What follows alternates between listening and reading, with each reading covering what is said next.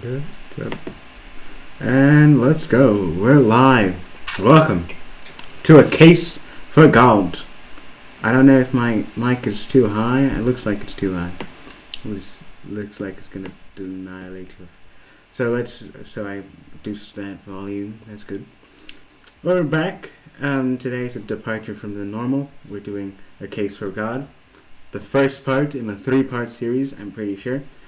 I was supposed to start way earlier, about like 2 hours ago, but I didn't because I felt I got scared. Let me just say that, and also, yeah, I got distracted and I didn't show up. That was what happened. But besides that, I'm doing well. I hope you guys are doing well, and I hope you enjoy today's stream. Because I don't have much time. But thank you. Welcome everyone once again to this. Today we're having a small presentation. I forgot to close some things. Okay, making sure that my quality is still up. And we're good to go. So today we're doing The Case for God.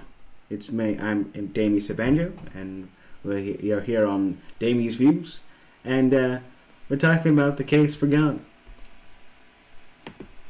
So, I have 3 different things that we're going to go through over a period of weeks. So what we're going to do is, I'm going to do this, then I'm going to do Exodus, then this, then Exodus, and then we keep going with Exodus, and then we put the interim thing so that we can just break it up a bit. So like this will be a mini-series, and then the Exodus series keeps going until we get to the end of Exodus.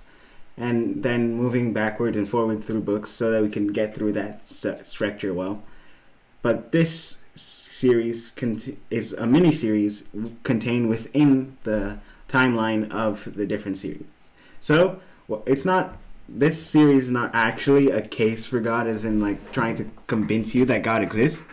But I'm just going to show you how I got to that conclusion, or my conclusion was strengthened. I've always believed in God. My friends know this. I shove it down their throat. But not that they should, but that I do. Because every time it comes up, I'm just like, bro, I believe in God, bro. But I just thought I would do this. Some people will think that I did this in response to a specific event, but no, I had this idea for the past week. But I've actually always wanted to do this. It's always been a part of my what I've wanted to do. Just like go into different concepts of how I came to believe in not only just God as an existent, but like the Christian God, because I just love how that works. And then also, so in this series, we're going to go through 3 major arguments only these 3 major arguments. And maybe I can even split these into different things, and like we can repeat and come back and reference different things. Because we have the first one is the existence of the divine. It's supposed to be of the divine in creation. Then we have Jesus, and then we have my testimony. So that's just like my story. And like, so it's so if you want to learn more about me, stay tuned for that one, because subscribe. I'm telling people to subscribe for once. Subscribe so that you can see that. I need to become famous eventually. Maybe. Who knows? No, I'm gonna be famous. But the thing is, when and how? That's the question. I learned that from a guy. You might know him as Tony Talks. He's a cool guy. He recently became famous for doing amazing skits, pretending to be a woman, but being self-aware that he's not a woman. It's just amazing. So he's like, that's a woman with that's a man with a beard. And then, but it's an amazing thing. But he did this interview thing. It was still a skit, but then in it, he was talking about how he saw himself as a person that he knew that he was going to become famous, but he just didn't know. He was just going on the journey. And that's how I see my journey to fame, in a sense. as I know it's gonna happen. It looks like it's gonna happen. I feel like I have the credentials and stuff like that to reach that level. But the question is how and when. It looks like it's not too far off because that's the best. I've studied these things. Because like if I do this, so this is mostly groundwork. The things that I'm doing now are groundwork. Something that I can look back at for like documentaries and stuff. So like in 10 years, you're gonna see clips of this exact live because I mentioned it as that, so that people will be using this in videos of me inspiring people, talking about how I planned out 10 years that people will make videos using this video that I inspired them to make plans for 10 years. Do you see how big brain that is? That's galaxy brain, but it's not mine thinking directly. It's kind of a thing that you can see in the Bible as well, because God does things in the Old Testament knowing how the New Testament comes about.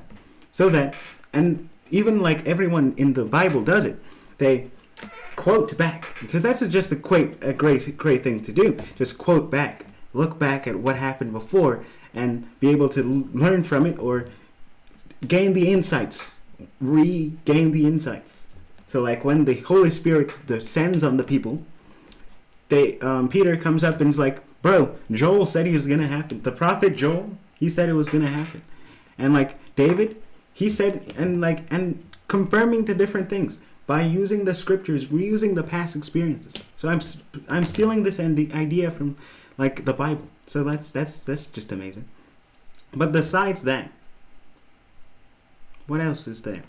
Let me see how the quality of this stream is, bro. Like if this is terrible, like this will be sad. Okay, let's listen quickly.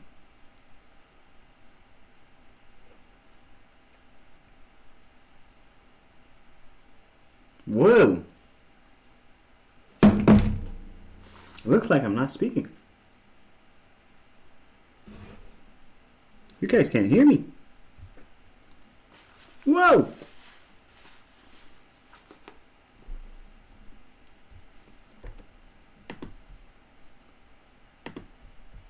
That is not good.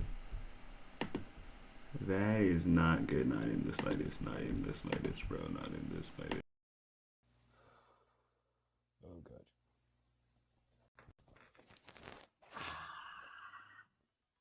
No. For this whole time. Yikes. Or is that just my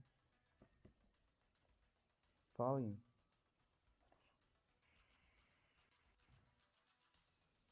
So, I have 3 different things that we're going to go through. No, thank God. Thank God. It's not. Yo, hallelujah. It was my thing that had died. Ha! Hallelujah. That was close. That almost destroyed me. Guard them, bro. Keep the mic the way it is. We have to keep the professional mic, bro. Professional mic, you know? Because like this, that was scary, bro. That was scary. Oh no, wait. But now you can hear me. But yeah, let's get back on track. We're back on track. It's already 5:23. I only have like 20 minutes left.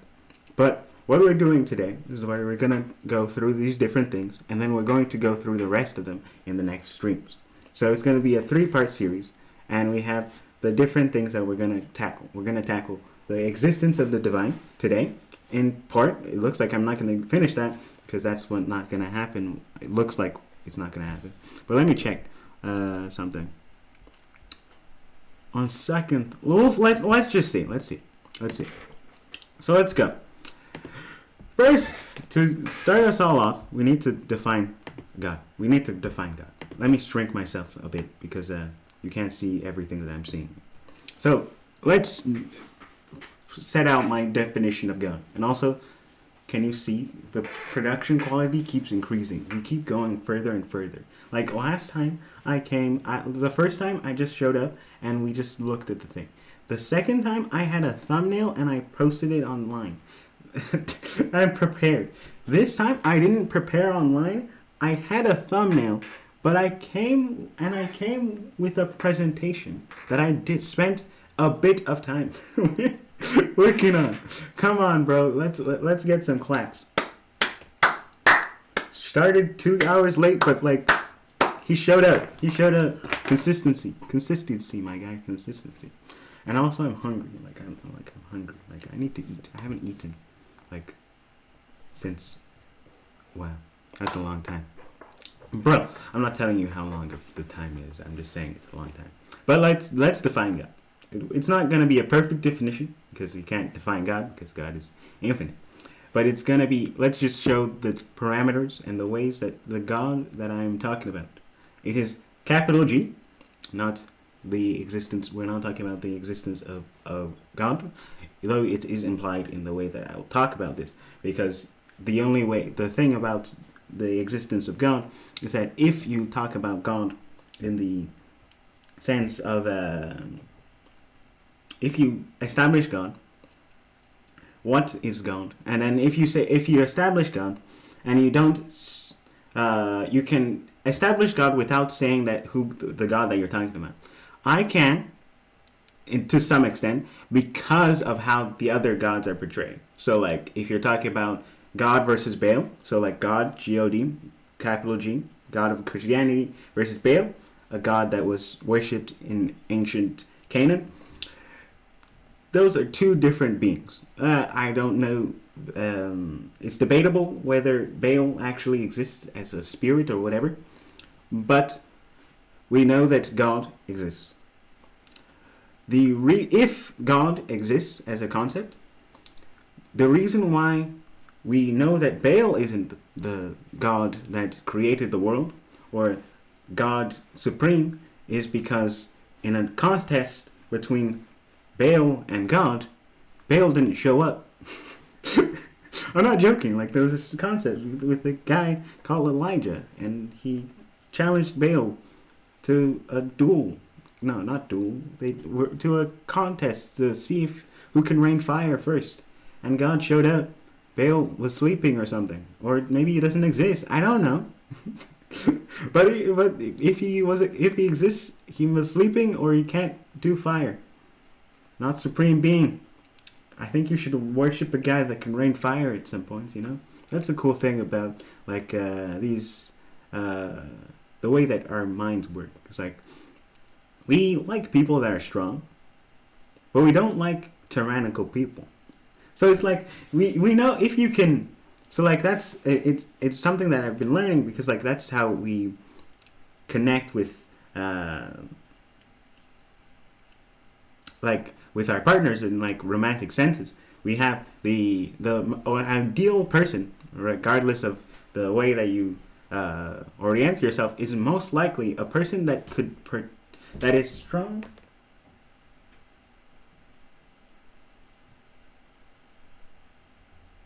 I thought someone was coming to kill me. No, I just heard the door and I was scared through my bones. I wonder how that looked on video. In 10 years, I'm putting this clip for no reason. I'm just gonna be like, or maybe I'm using that clip because that one's more believable, but more exaggerated, but it's less believable. I don't know. But I was saying.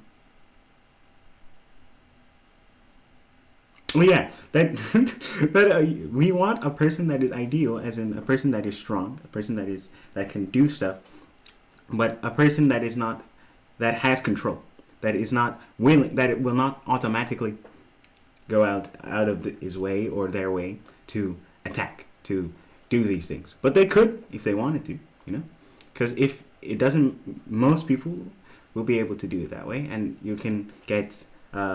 If you do it that way, you're most likely going to you have a higher chance of getting in a better relationship. Because if you're with a person that's mentally sane, that's a good thing. Good. Let's have someone that's sane. someone that's strong, so you can stay if it comes to a fight or flight situation.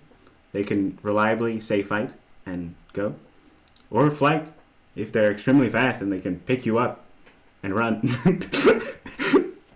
That's some good thing, you know. That's a good thing, you know. You can just get out of there quite quickly. But like, if you have those good qualities, and that's why I'm single forever. No, that's a lie. That's a lie. I'm a smart guy, or am I? Am I? Tell me. Tell me. Tell me. I said, tell me. Tell me. Glasses off. Tell me. That was creepy. That was creepy. I apologize. That was extremely cringe. I apologize. In advance. I apologize to everyone that had to succumb to that. That was terrible. But like in seriousness, let's continue in our definition of God. So, I have already stated, we're talking about God of Christianity. We're talking about God of the Bible, excluding the Apocrypha, which means hidden in Latin. So it's like an extra book, collection of books that were not accepted as the canon for up to 600 years, and they were added on. No, up to 1,600. So like around the time of the Protestant Reformation. So when the Protestants were kicked out of the church and were forced to do on their own and peace out and stop asking people to pay for forgiveness, you know, and stuff like that. Another 95 things. I don't exactly know. I need to learn that. I need to actually read how many things what problems he had with the Catholic Church, so that I can say all of them by heart. That would be amazing. As well as like learning the entire Bible, just knowing exactly what Martin Luther just didn't like about the Catholic Church, so that people be like, what is different between a Catholic and a Protestant? I be like, do you want the short version or the easy version? Or the long version? He's like, I got time. It's like, how much time you got? Like, what kind of time? Like, is it 2 hours, 3 hours, or 75 seconds? 75 seconds. Okay, they didn't want to be at the Catholic Church because people were paying to get forgiveness, and the Martin Luther did not believe that people should be paying for forgiveness. That's the biggest one. That's the most egregious offense. And also, he didn't believe in the Pope, because as the second in command to God. No. Now let's continue. The Apocrypha is like so they added it in response. So it's a very weird thing. Like they added books to the Old Testament that the Jewish people don't accept as their part of their canon.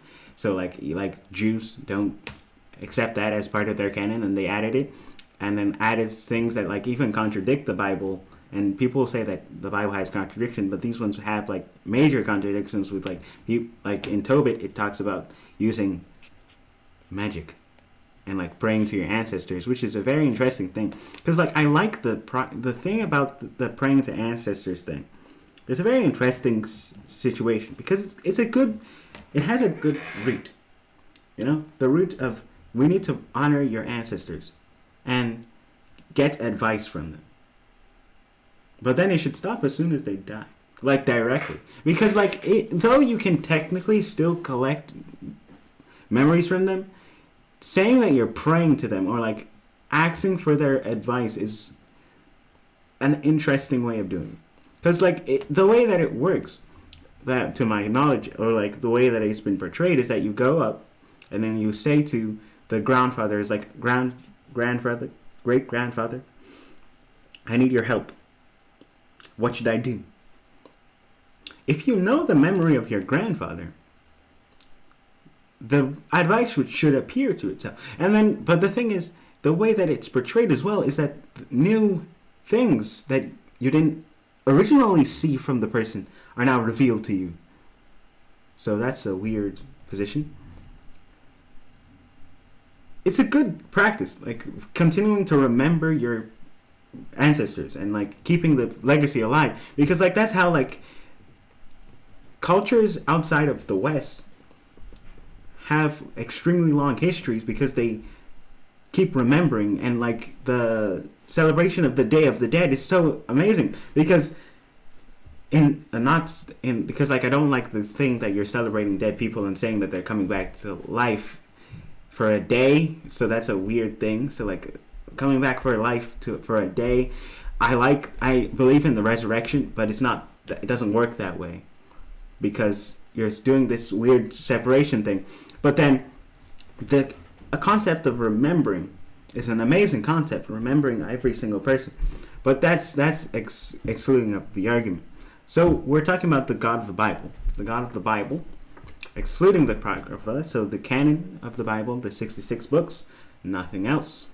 So the God of we're talking about the God the Father, God the Son, and God the Holy Spirit, the 3-in-1, the Holy Trinity, the triune being, the being that is 3-in-1, that we have three things, three beings, the same God, but not the same, but different entities. So like there's different beings, but they form one being, but they have different roles, different, not different goals. They have the same goal. They have the same will. They share the same will. They are the same one in their actions. Like when you see an act from the Father, it will be in perfect alignment with an act that would come after or before, that has come before by the Son, and the same for the Spirit. They all convene in the same spot. But then we go on to the next part, omnipresent, everywhere at all times. So where I am sitting now, he is everywhere. He is inside the molecules. He's everywhere. And it's very interesting because recently, yesterday,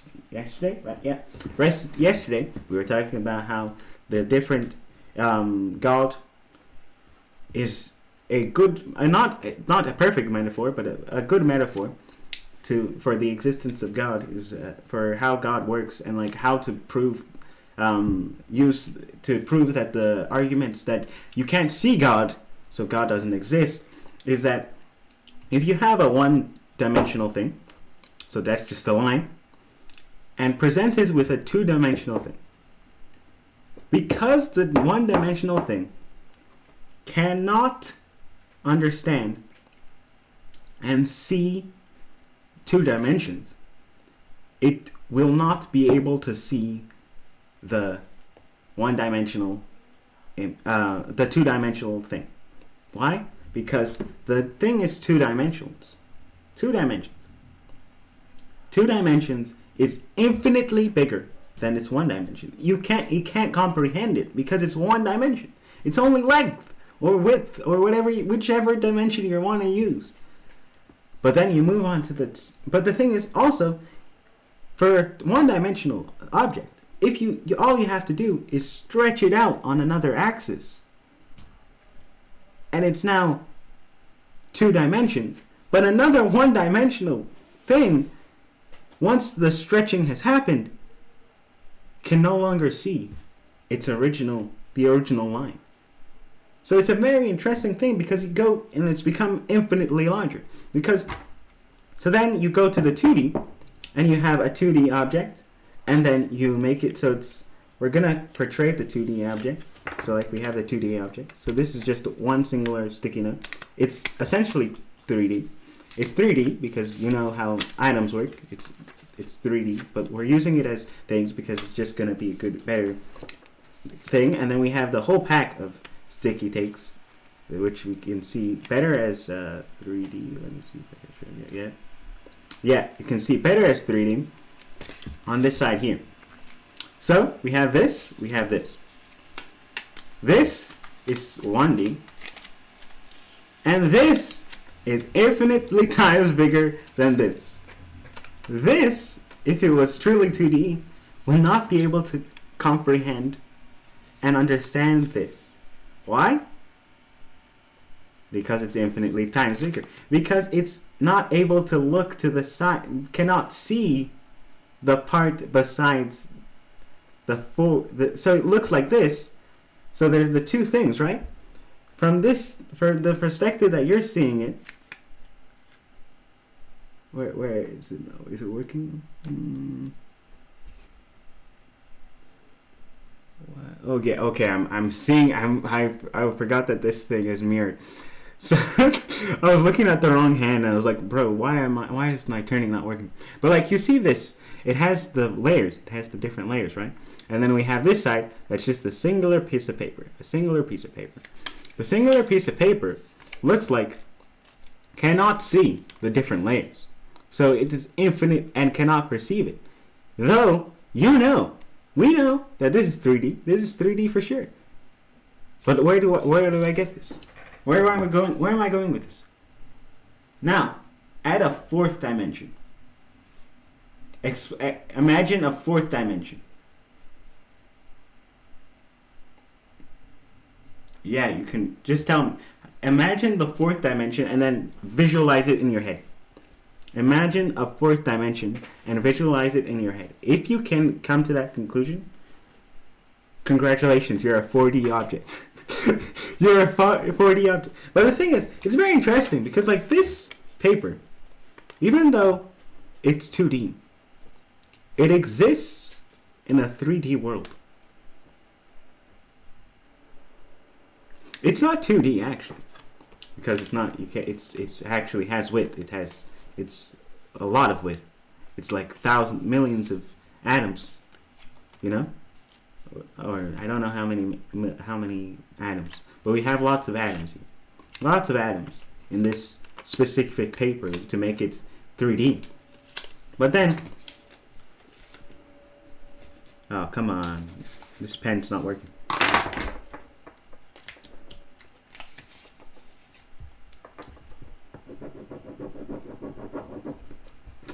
This line that we can see here, this line, it's 3D as well.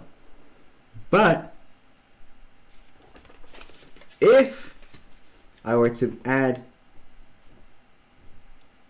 a 2D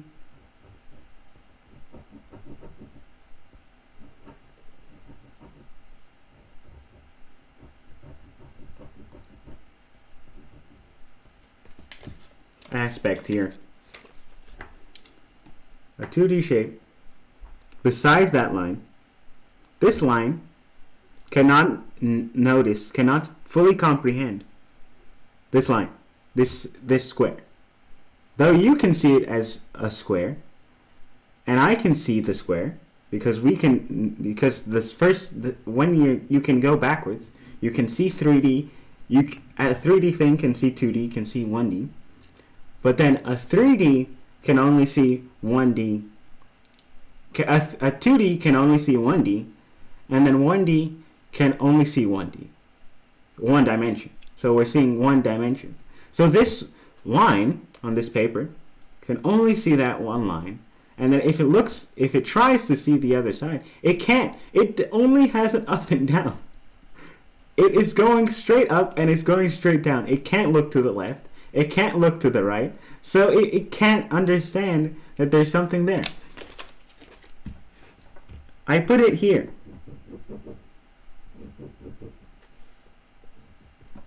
I put another square under it. So like, okay, now it can experience one portion of this. If you extended this line further down to meet the square, it can only meet that specific spot in the square, and it thinks it's experiencing the square. But like, and if I keep telling it, there's a square there, bro. There's a square there, or the square tells the line, I'm here. I'm a square. The line will never, I'm telling you, never understand that it's a square there. It has to believe that there's a square, but the square is there. You can't tell me that the square isn't there. And then the same thing occurs with God. Why do I know? Because we've come into, this is where my argument comes in. So then we have these different things. So we have God that has been portrayed in different religions, different things, and we're focusing on the God of Christianity. That is omnipresent, omniscient, infinite knowledge, creator of all reality, involved in creation in the present day, so we can experience him at all times. Perfectly good, which is extremely scary if you think about it the right way. Because the thing about being perfectly good is that he has to punish everything that isn't good. Because a perfectly good person wants to remove all evil. Let that sink in. A perfectly good thing should remove all evil. A good being should remove all evil. Because if a perfectly good being wants to remove all evil, he must do it in such a way. In the way of eliminating all evil. With that, we look at the God. He's perfectly good. So he has to remove all evil. So, and somebody will be like, but God doesn't remove all evil. Evil still exists today. It's still there. Then we go on to the part where we have perfectly loving. Perfectly loved. This doesn't contradict the good. So they're almost similar, but then this is a different way of portraying it, because perfectly good is more encompassing. When you have perfectly good, it means that he's doing all the things that are good. And then when you have perfectly love, it's a different thing. Perfectly love is the specific, it's not even just a emotion, it's a basis of society in a sense. Because if you look at love has the different ways. If we look at the definition of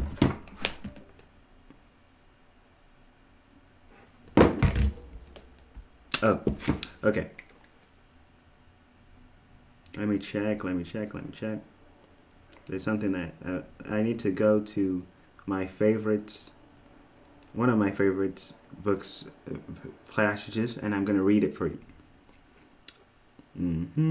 From the Bible, of course. And we're going to the beloved love. What's his name? Love chapter. So the love chapter goes this. Love is patient. Love is kind. It does not envy. It does not boast. It is not proud.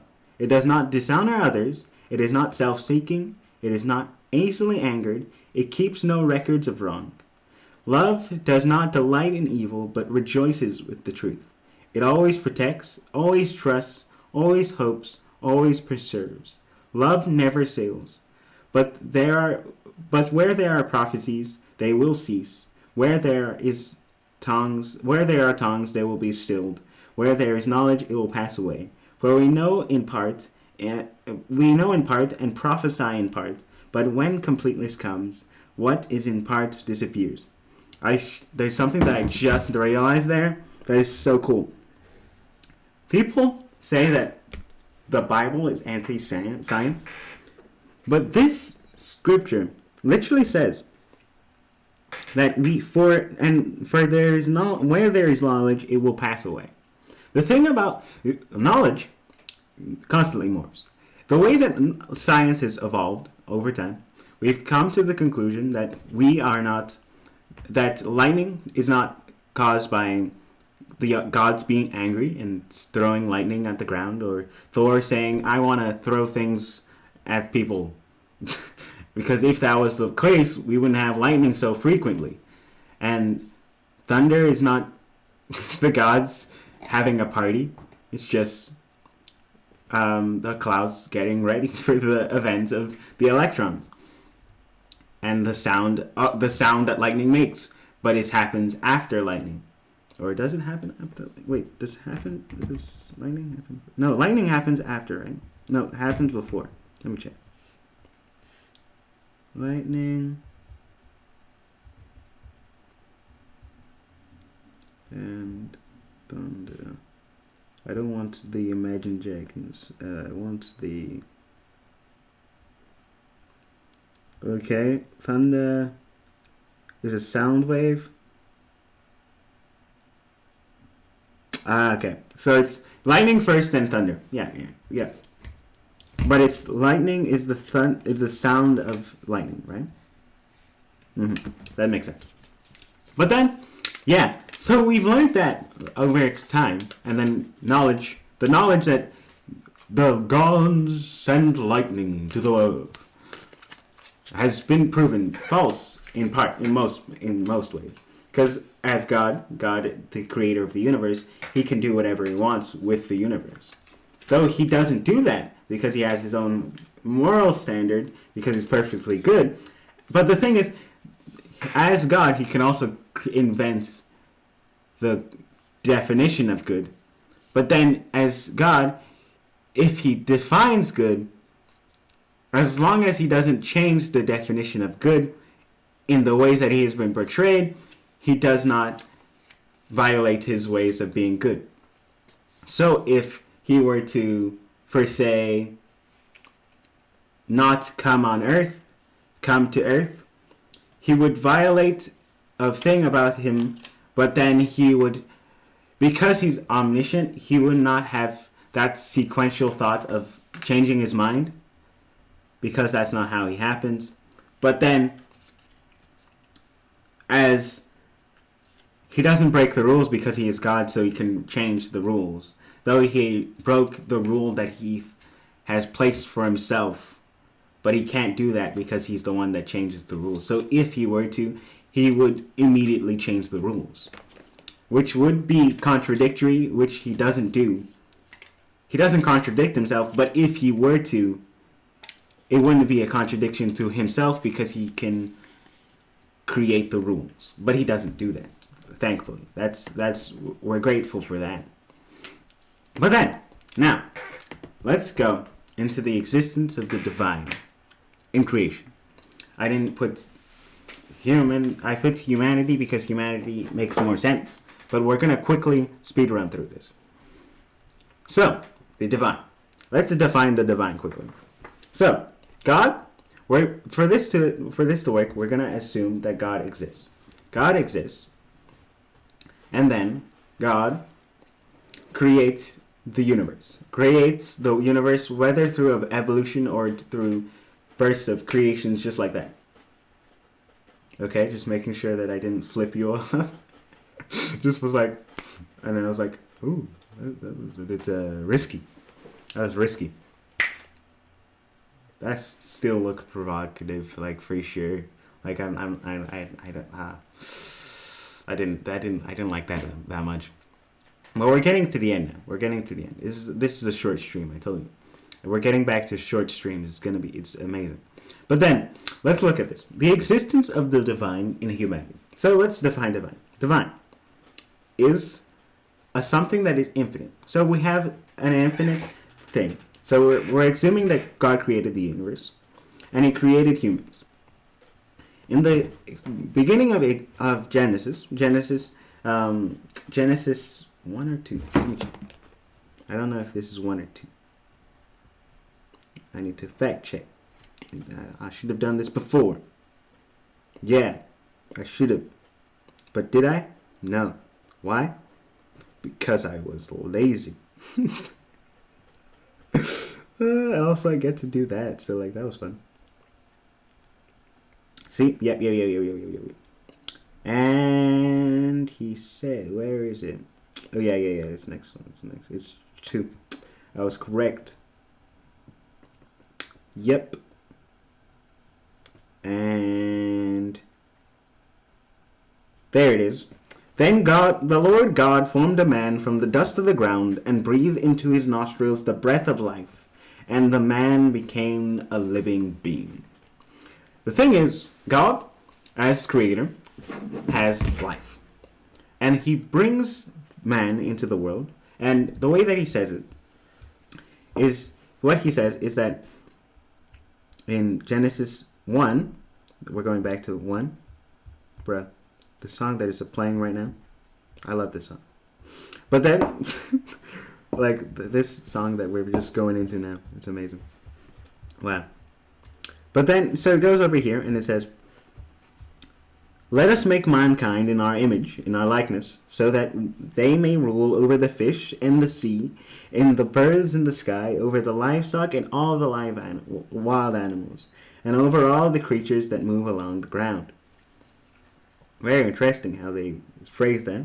It's like all the wild animals and all the creatures that move along the ground. It's very intriguing how they call that way. It's it's a very interesting demarcation. So like I don't understand that completely. Having that wild animals and creatures that crawl around the ground. Is it like a separation of like early family classes or something like that? Like how we have reptiles and these different things. Because we can see that he has the livestock, so like we know livestock, like cows, sheep, that kind of thing. Then we have the wild animals, and then we have all the creatures that can move along the ground. Intriguing. But then, so God creates man in his own image, and molds them from the ground, and gives them the breath of life. In other translations, let's see how that is stated, because I need to understand. Okay, so he gives them the breath of life. Yep. The Message translation goes and says, the man came alive, a living soul, the breath of life, and the thing became a new being. Let's see, give me a new version. I want amplified. Let's give amplified. Give me amplified. Yep, gave him the breath of life. The breath of life. So God breathes into the man. Gives him the breath of life. So the breath of life is both not philosophical, but like spiritual, but at the same point, just like normal, like, yeah, he enabled him to breathe, to breathe oxygen and stuff like that, even though they didn't know how oxygen works.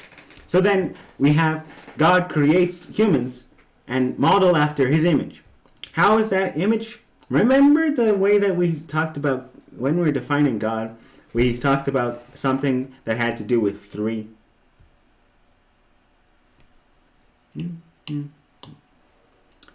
God does the same thing. He does body, soul, and spirit. Soul can be interchanged with mind, so that's just for those that will do extra research. That it's soul and mind are basically the same thing. Like they're the same, interchangeable, and people can even switch soul between mind and soul, and that's something that all humans are given with. All of those three in varying states of completeness, not completeness, varying states of.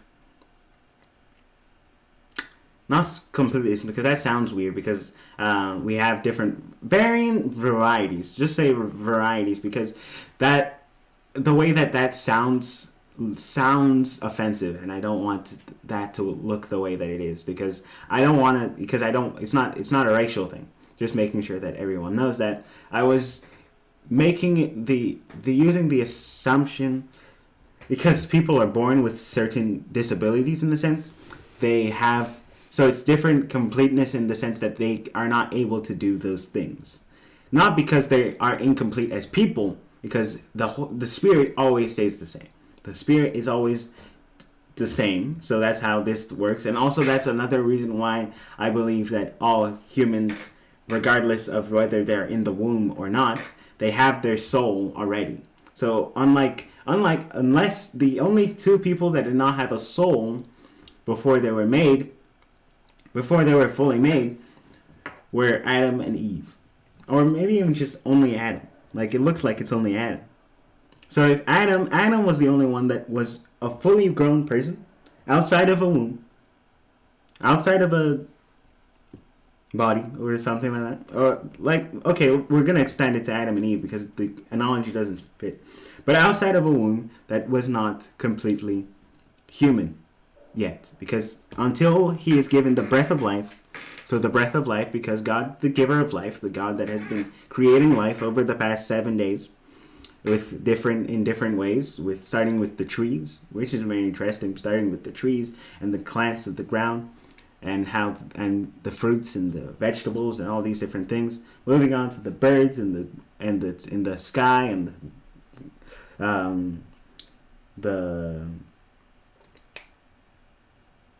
what do I call them? The fish of the sea and all the other things that dwell in the sea. So all the mammals, all the dolphins, all the different things that dwell primarily and stay in the sea. depending on how, I don't know how exactly that works. No, how not. We know how it works. It's all the people in the sea, all the things that are in the sea.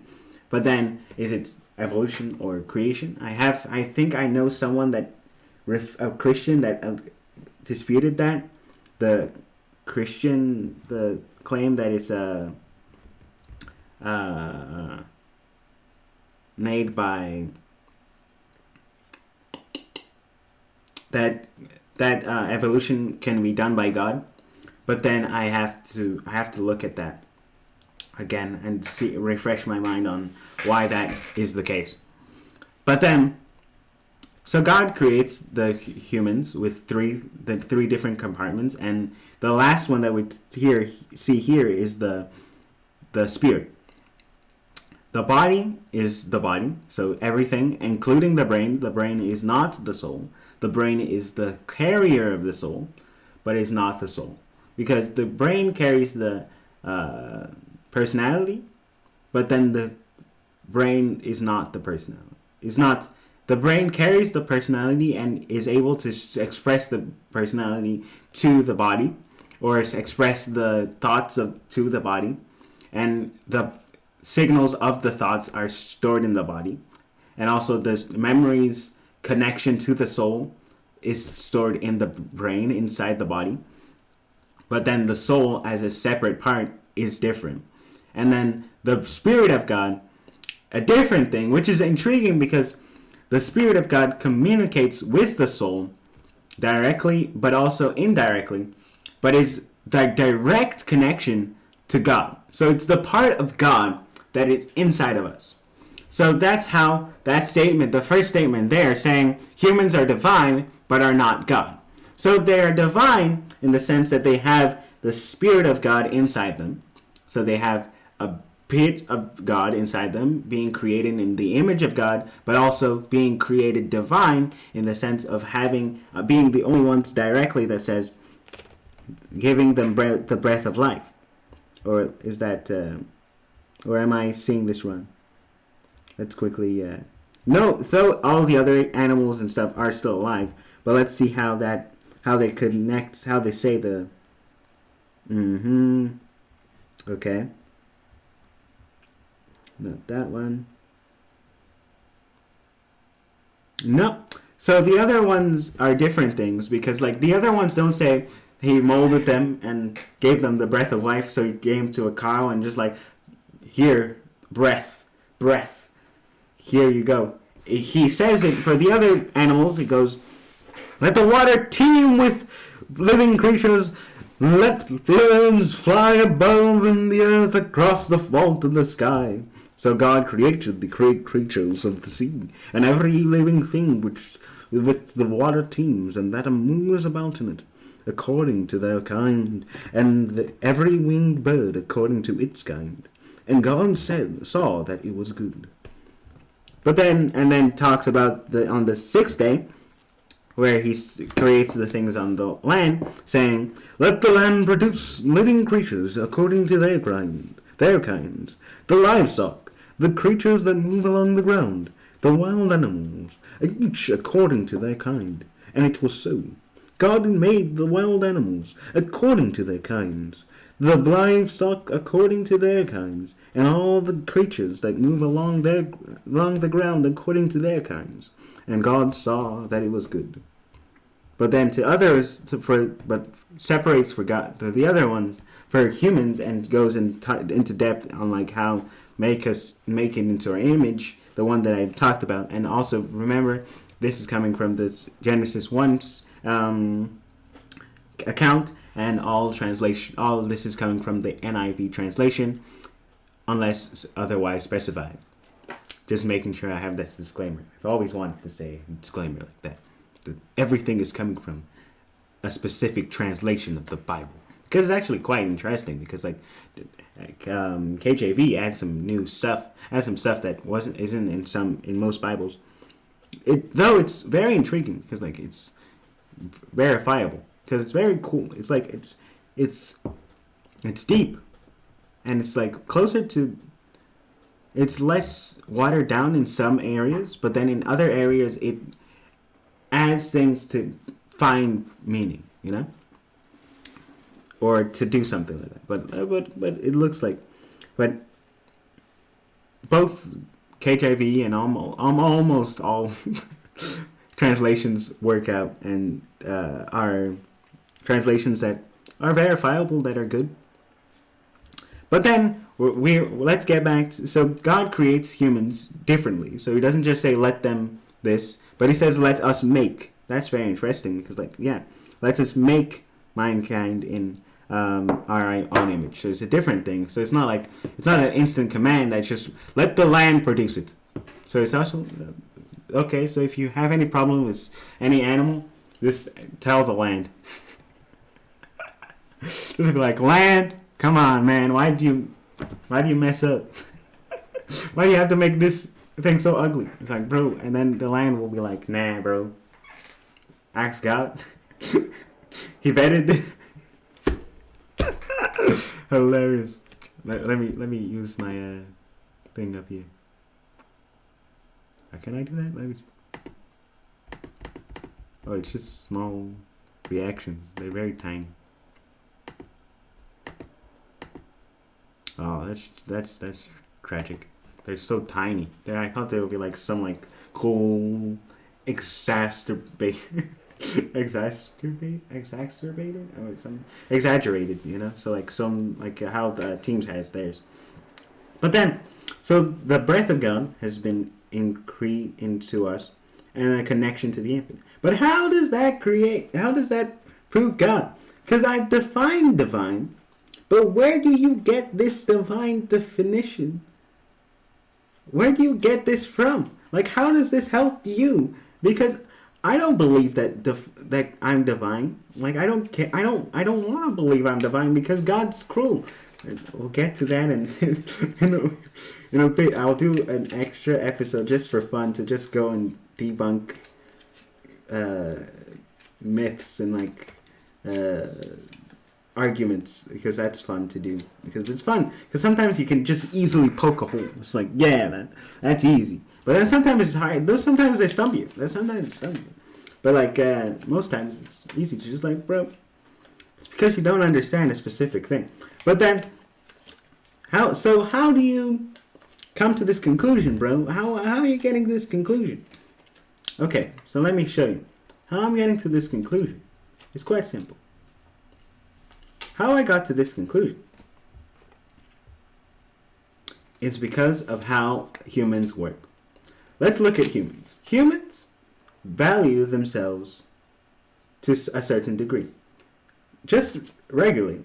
Because like, if you look at the way that humans operate, we don't look like we're the most selfish beings in the world. We are the most selfish in the entirety of the cosmos, to our own knowledge. Let's hope we find aliens. If we can find aliens that are worse than us, that would just be perfect. That'll make me so much better. I was just like, bro, we're not the worst. There's aliens that are worse. But then we also have this cool thing that we notice ourselves as we value ourselves to a certain degree, regardless, just because we are human.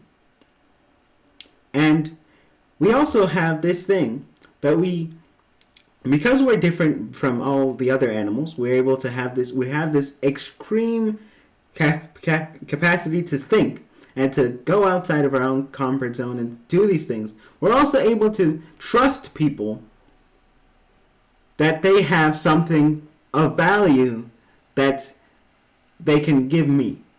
So if you come into a conversation with me or someone else, and you come and expect, and you're here to expect or to learn something from this, though you don't understand it, you understand that, though you may not acknowledge it, you acknowledge that you are looking for something that is of worth in my conversation. I may or may not have what you're looking for. But if you came with the assumption that happened, the assumption that you are um, that you will get something meaningful out of the conversation. You may or may not get that assumption, but the fact that you expected it is interesting, because that's how learning works. You expect that you're gonna get something new. You're gonna get something new from someone or from something that you will need or you will be interested in. And intriguingly, we have translated this deep thing into this extremely deep thing that I'm not even.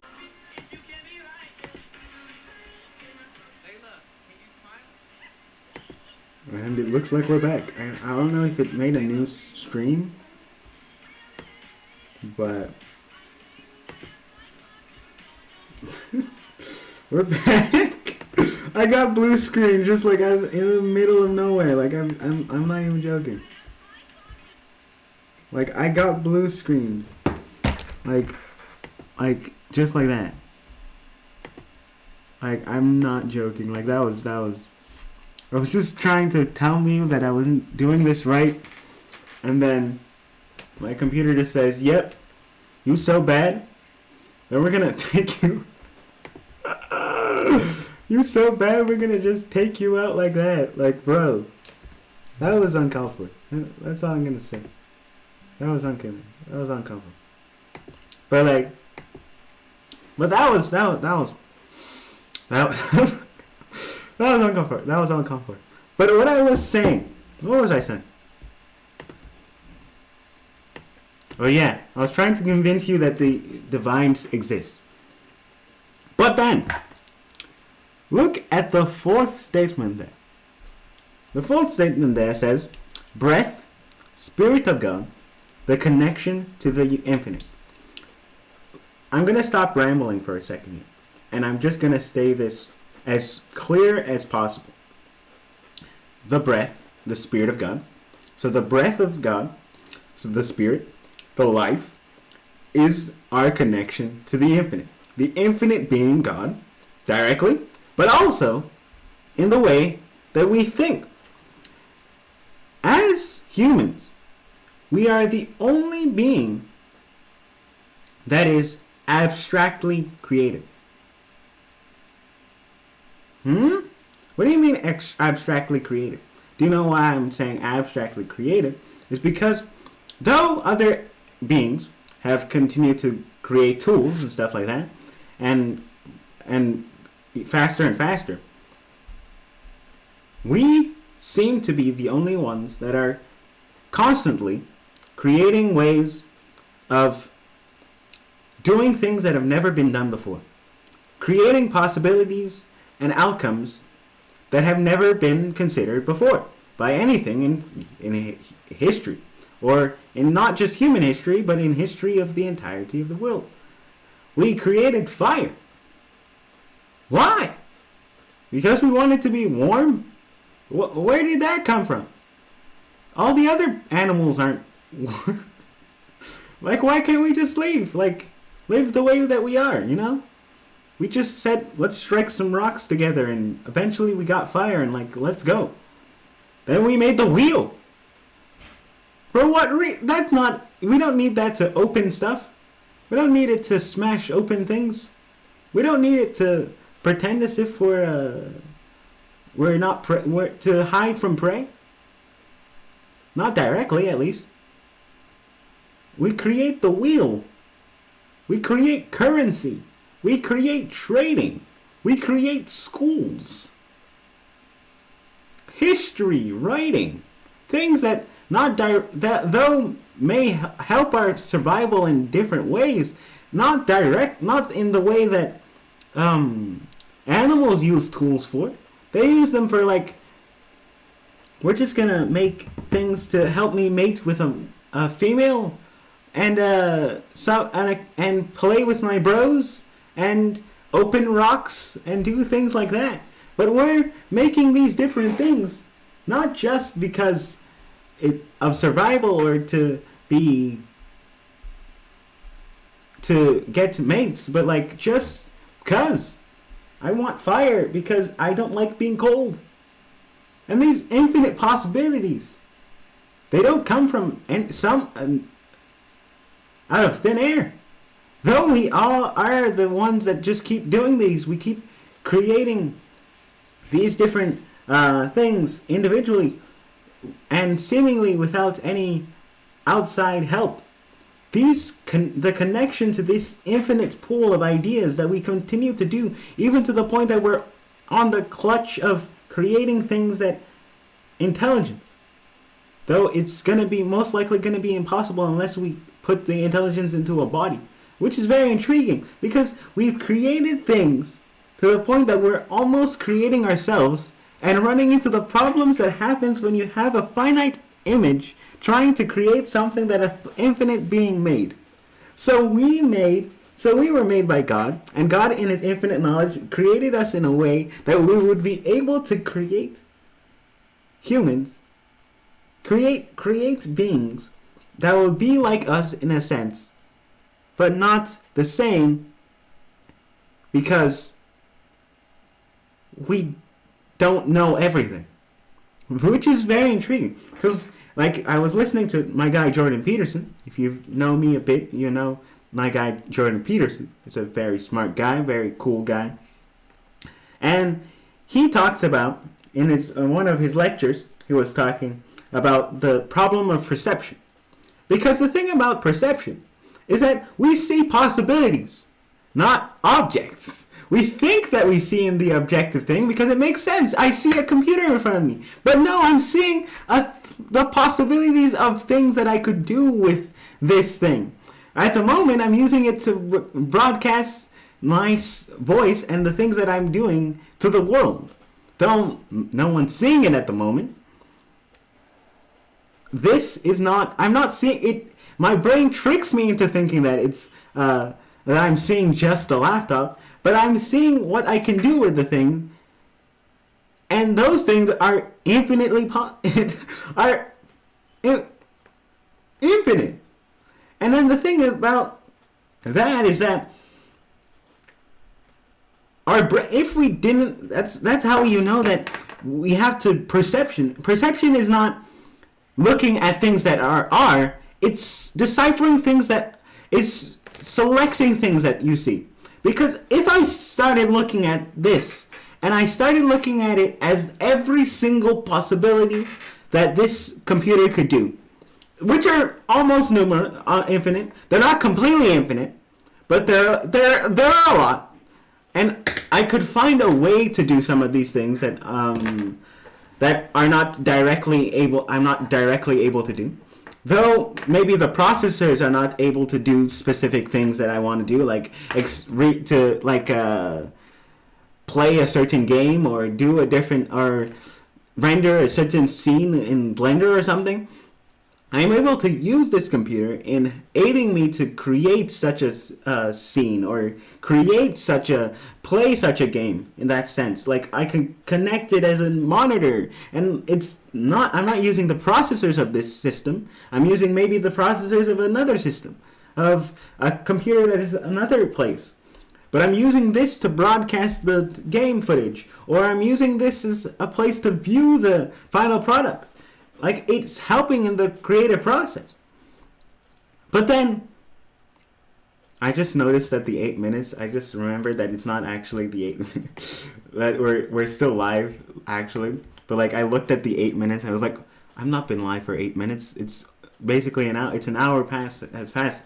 I thought this was going to be a shorter stream. It is going to be a shorter stream. It's not going to be 2 hours long. It's going to be less than 1 hour and 30 minutes, I'm pretty sure.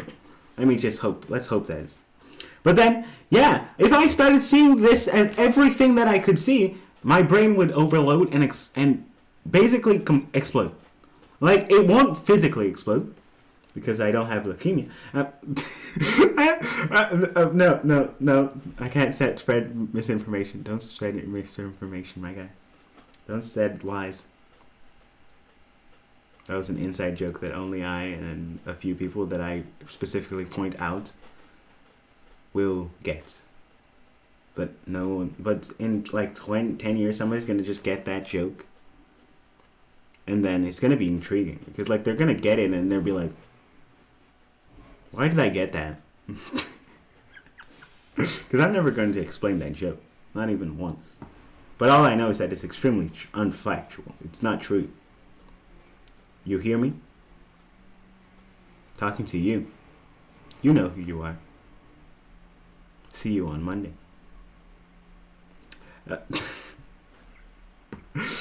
She won't see this for sure. They, she, he. Maybe it's they. She, he, they, them, they, she, they, he.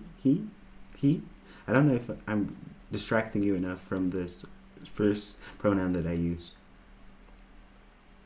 I've shouted out my friends too 90 times in this interview.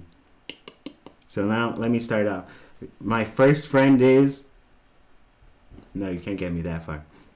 But yeah, if I started seeing this as all the different possibilities, that won't work. My brain will explode. And that's the thing that the scientists with AI ran into. They couldn't find a way to get the things to perceive reality as we perceive it. They have to streamline it and make... That's why we don't have general purpose robots the way that we see them in TV. Because robots are not equipped to do that. They don't have those things that fine-tune themselves and make sure and add the definitions and make sure that people don't get too confused when looking at a certain thing with a certain amount of light, because our eyes are extremely equivocators at all times. They're just taking things that could be true, could be false. They're just seeing them and like, okay, yeah, I'm just gonna believe that. That's definitely a moving thing. It's not the lines, it's the whole thing that's moving, because that's just less work. I just noticed that like the brain, the mind, not just notice, if you watch a show called Brain Games, you'll know that your brain is lying to you. Like a lot of the time it's just straight up lying to you. But like and you look at some illusions and like magic and the tricks that happen there. But then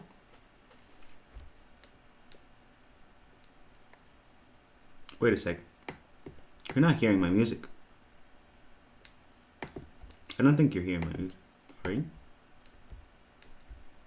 I think I'm the only one hearing this music.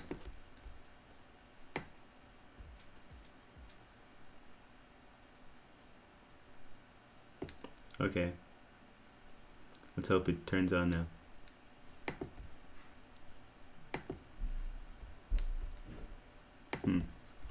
It was working before, but I guess it turned off for some reason. Do I have a gate on it or something? I don't know. But we're back.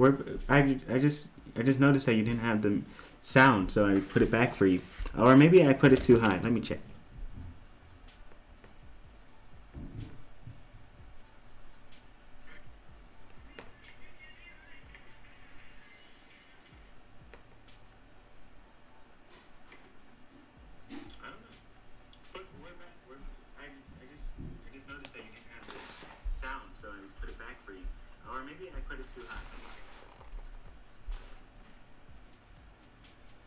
It's extremely low, but like I can't help you.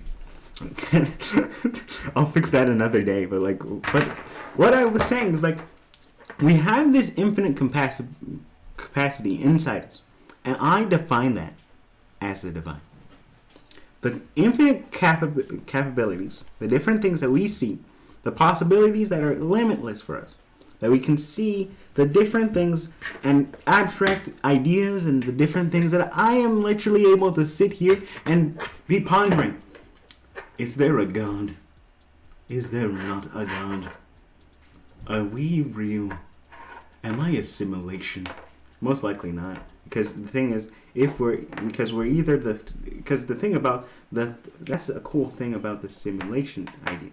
Because if there is an elimination, what's it called?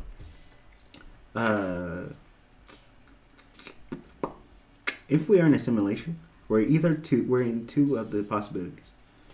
We're either the first world that is creating the first simulation, or we're the last world that is creating for the first time simulation. So if we are the first creating the simulations, so if we are as humans creating the simulation for the first time, then we are the first and not in the simulation, which is more likely because we don't have any proof that we are creating more simulation, because we can't drive backwards enough to be able to see that we are zeros and ones. Or we're the last one that's still trying to figure out how to make in this loop of creating simulations and simulated universes. But let's get back on track. We're wrapping up now. We're basically finished. Let me just turn off. Let's just move to the next slide so that you can. Oh no. Oh yeah, it's not like PowerPoint. That's the one thing I don't like about Canva. You don't have that satisfying moment where you look to the thing, press the button one last time, and then all it says is all presentation is over or something like that. Exit. Press escape to exit. That gives you so much fulfillment and takes away so much anxiety. You know that you're finished. You're done. You can now move on with your life. You can now accept your praise and all the claps, the applause. That sounded weird. All the applause that you deserve. Because I love presentations. Like I've literally presented for like the past 1 hour and 16 minutes. Like I'm not even joking. Like this is thrilling. I'm like, and the funny thing is, some people think I'm a quiet guy. I've literally spoke non-stop for the past 1 hour and 16 minutes. And you think I'm a quiet guy? It's very intriguing because like I'm gonna end it off with that. So we finished the thing. So we'll come back here next week. It's been a very shallow. This has been a very shallow thing for evidence. It's more like me just explaining the divinity of humans, in a sense, because if you define God as infinite, then if humans have infinite capabilities, it shows that they have a part of infinity. Yeah, they have a bit of infinity in them, meaning that when the person that said that God created humans in his image, who is infinite, might be onto something. Not gonna. But like going on. But for next week, stay tuned for next week. For 2 weeks time. 2 weeks time, because we're back to Exodus 2. Exodus 2 next week. But 2 weeks from now, stay tuned, because we're gonna go into the most credible source, Jesus, because because Jesus as a source of for the evidence of God is just amazing. Because you're also gonna see why I just admire the way that the structure of Christianity works. Because the way that I can't go too deep into that. But let's end it off on the different types of quiet people there are. There's quiet people.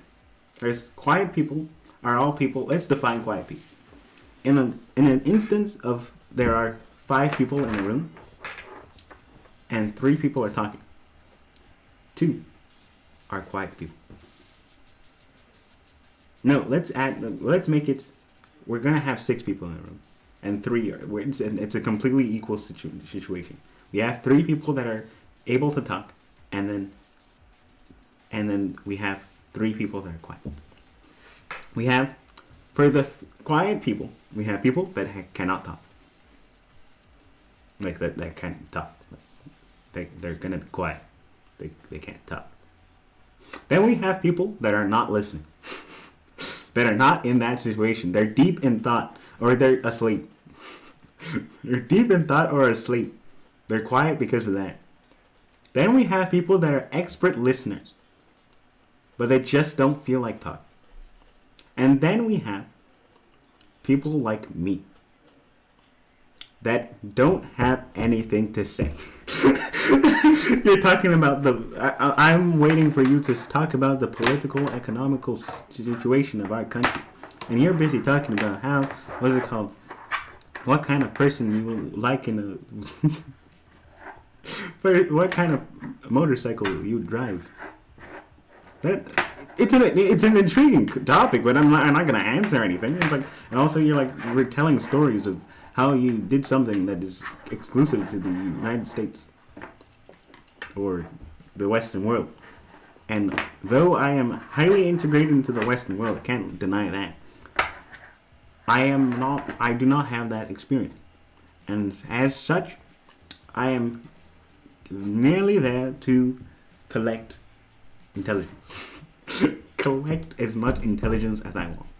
And it's very interesting because, like, people that are expert listeners, I'm not an expert listener. I can't say that I'm an expert listener because if I was, I would know everything.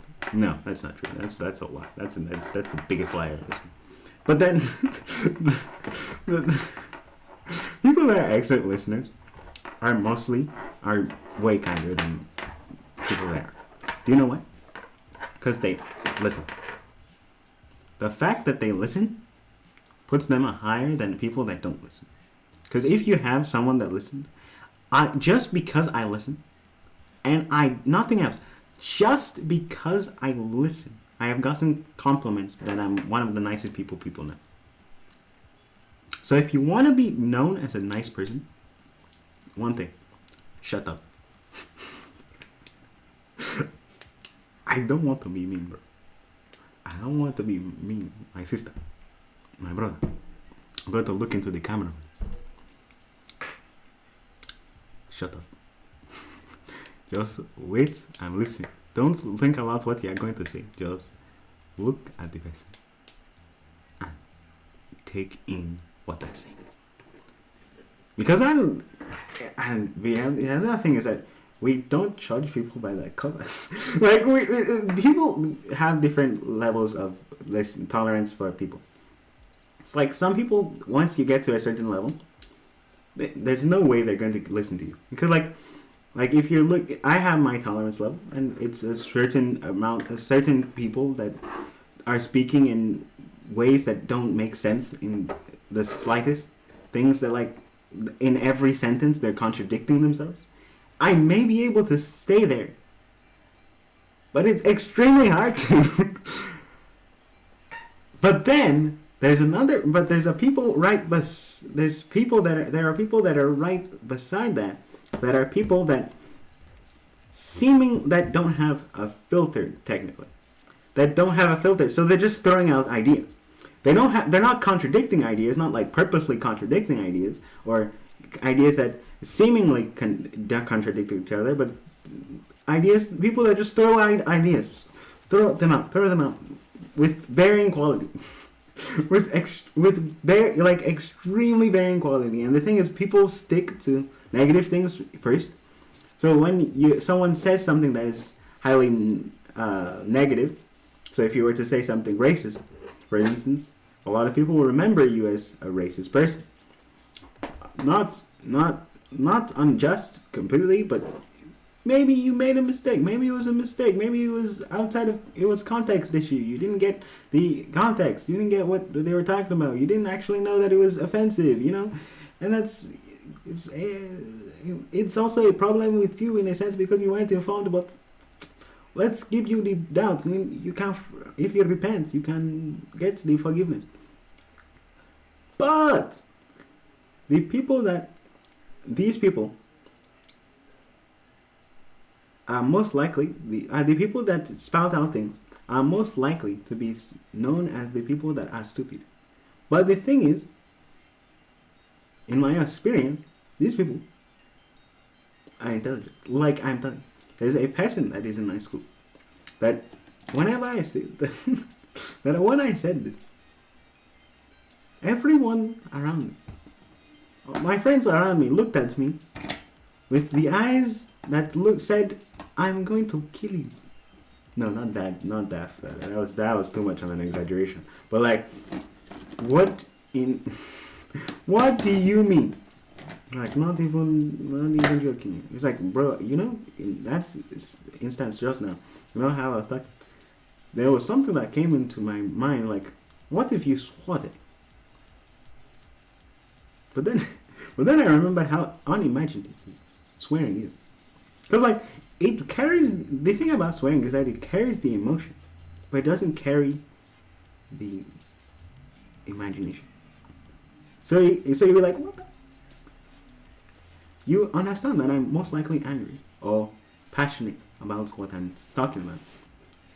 But then, I'm not going to respect. I'm not going to respect myself if I started swearing left, right, and center. Like, it's not imaginative. Like, if you could, like, if I could, because if I was going to talk, if I took a food and I was like, this is so beeping good. It's like, I could have easily said that this meal was exquisite. The flavor was intriguing. It was interesting. It touched my palate and made me a better person. If you found something that's like that, send it to me. Like I need that food. Like give me that food. I want that food, like for sure. But then that person had so much more imagination than a person that just went.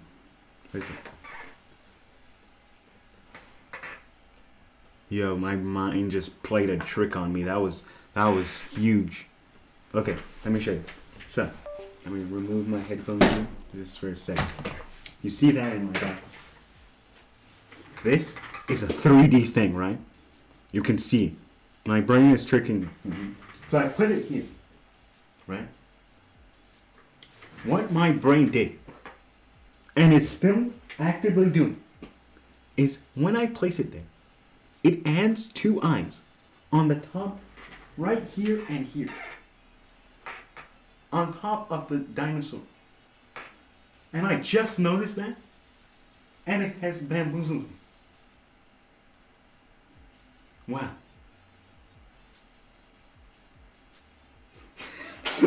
I need I am an intriguing person. I'm not even lying. I'm an intriguing person. But this today has been fun. Today's been fun. We've done another 1 hour 30 minutes plus live stream, and today and from the next week we're back to Exodus. So subscribe with post notifications and press the like button and like all the time. And we'll see you in the next video. And surprising and very interesting. It's very cool that like the weather's up. I'm looking at my computer here and it says 26 degrees. 26 degrees. Like 2 weeks ago it was 17 and like three.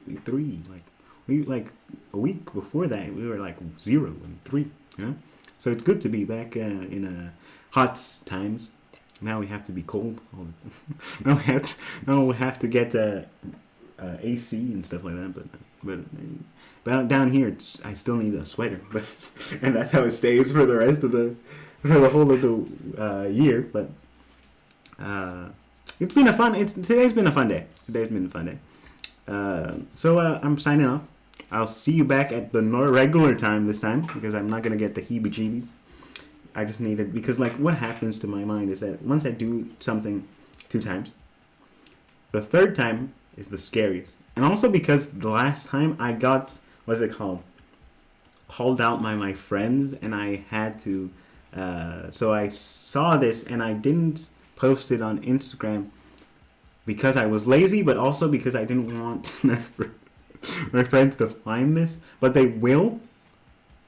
So let's just deal with it that way. No one's gonna see this end part because no one's skipping to the end because that's just weird. But like, it's been fun. If anyone watches this to the end, I appreciate you. Appreciate you and all your services to mankind. I'll see you in 10 years when I'm more famous, and I'll congratulate you. So just hit me up in 10 years, and I'll give you what you want in like monetary things, but like not outrageous, because I might not be a billionaire then. Maybe, no, most likely 10 years from now. That's 26, 25.